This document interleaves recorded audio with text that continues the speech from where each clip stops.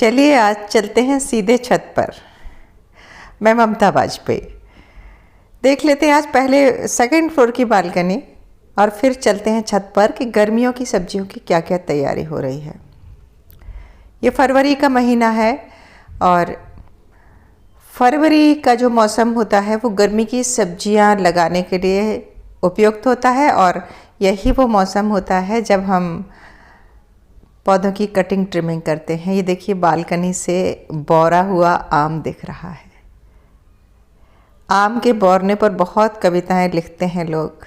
बचपन में एक पाठ पढ़ा था कि आम फिर बौरा गए, बौरी हुई अमराई महकती हुई गंध। साहित्य का बहुत पसंदीदा विषय है। और ये देखिए बेलपत्र के फल लगे हैं।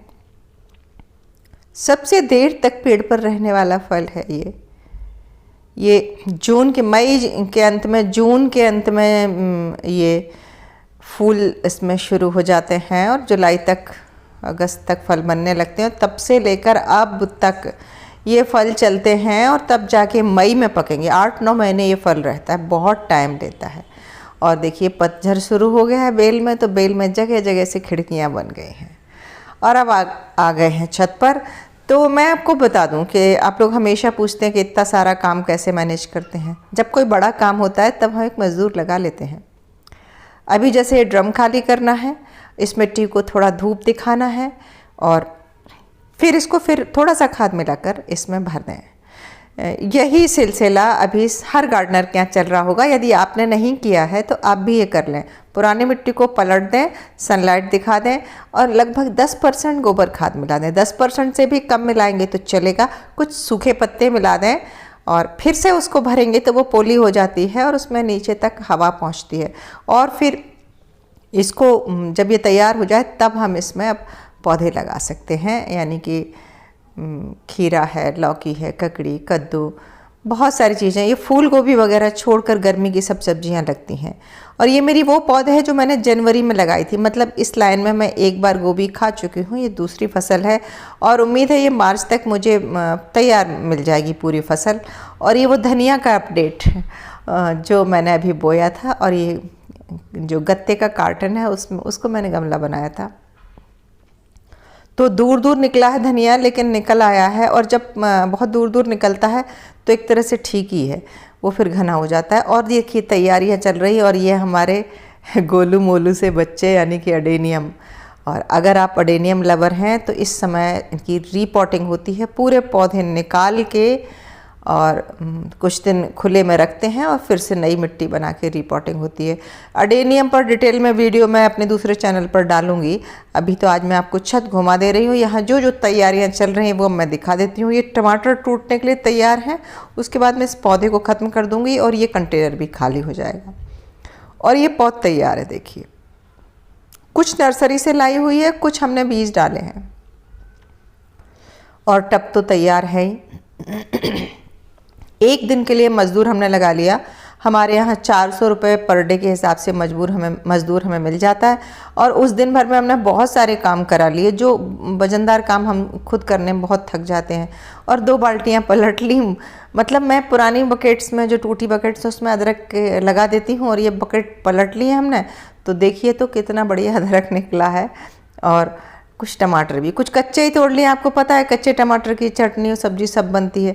और तोड़ इसलिए लिए हैं कि पौधे बिल्कुल ख़राब हो गए थे और हमने मज़दूर लगाया था तो हमें ड्रम खाली करना था। तो कुछ पके और कुछ कच्चे तोड़ के मिला के, और ये हरे वाले भी जब हम रखेंगे, ये गद्दर हैं तो ये लाल हो जाएंगे 4-6 दिन में। ये ऐसे कच्चे नहीं बने रहेंगे। और देखिए आप अडेनियम के बारे में अगर जानना चाहें तो ये देखिए इसमें सड़न हुई है। अडेनियम में एक ही परेशानी होती है कि जहाँ इसके गमले में मिट्टी में पानी रुका तो वहीं से रूट रॉट चालू हो जाता है। और कभी बताऊंगी इसके बारे में भी कि अगर सड़न हो तो क्या करें, कैसे करें। अडेनियम पर तो मैंने बहुत वीडियो डाले, मेरे उस चैनल पर बहुत डाले हैं, क्योंकि गार्डनिंग से संबंधित डिटेल वीडियो तो मैं उधर ही डाल रही हूँ। क्योंकि छत पर अभी काम इतना है तो मैं इस चैनल के लिए कुछ क्रिएटिव बना ही नहीं पा रही। तो मैंने सोचा चलो नहीं बना पा रही तो ये भी तो क्रिएशन ही है। यहाँ क्या क्रिएट हो रहा है वही आपको दिखा देते हैं। कम से कम एक वीडियो तो जाना चाहिए। तो हम संपर्क में तो बने रहें। तो देखिए ये मरा नहीं पौधा, इसने खुद ही हील कर लिया और इसकी 3 टांगें रही होंगी और देखो एक पूरी गल के ख़राब हो गई है, लेकिन 2 बची हैं।